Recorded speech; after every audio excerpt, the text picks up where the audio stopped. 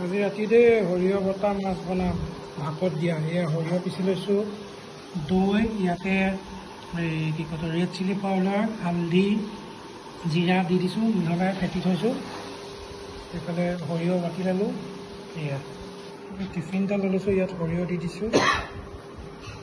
এতিয়া দৈ দি দিছোঁ কেঁচা মিঠাতেল দি দিছোঁ